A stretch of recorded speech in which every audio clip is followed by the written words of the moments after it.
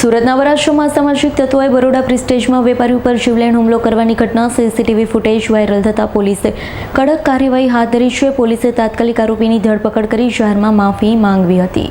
મળતી માહિતી પ્રમાણે સુરતના પરવટ પાટિયા વિસ્તારમાં આવેલી જલારામ સોસાયટીમાં 34 વર્ષીય વેપારી રહે છે। સાથે વરાછા વિસ્તારમાં આવેલા બરોડા પ્રેસ્ટેજ ખાતે કપડાની બજારમાં કાપડના વેપાર તરીકે દુકાન ચલાવે છે।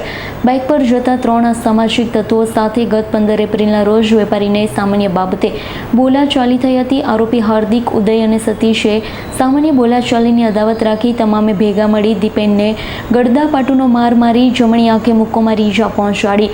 આ દરમિયાન સતીશ દીપેનને છરીથી માથાના ભાગે ઈજા પહોંચાડી। 3 ઇસમોએ દીપેનને બચાવવા આવેલી તેની માતા ઉપર મારી નાખવાના ઈરાદે પ્રહાર કરી જાનથી મારી નાખવાના હુમલા કર્યા છે। આ સાથે તેમની છેડતી પણ કરી હતી। 3 યુવક દ્વારા જીવલેણ હુમલો કરવામાં આવતા આસપાસથી લોકો પણ દોડી આવ્યા હતા। આ દરમિયાન વેપારી અને તેમની માતા સાથે ગાળાગાળી કરી જાનથી મારી નાખવાની ધમકી આપી ભાગી ગયા હતા। સમગ્ર ઘટના સીસીટીવીમાં કેદ થઈ હતી। આ મામલે વેપારી દ્વારા વરાછા પોલીસ સ્ટેશનમાં 3 આરોપીઓ સામે હત્યાના પ્રયાસના અને છેડતીનો ગુનો નોંધવામાં આવ્યો છે। વરાછા પોલીસ દ્વારા ઘટનાને ગંભીરતાથી લઈ ગુનો નોંધી આરોપીઓની શોધખોળ કરી હતી।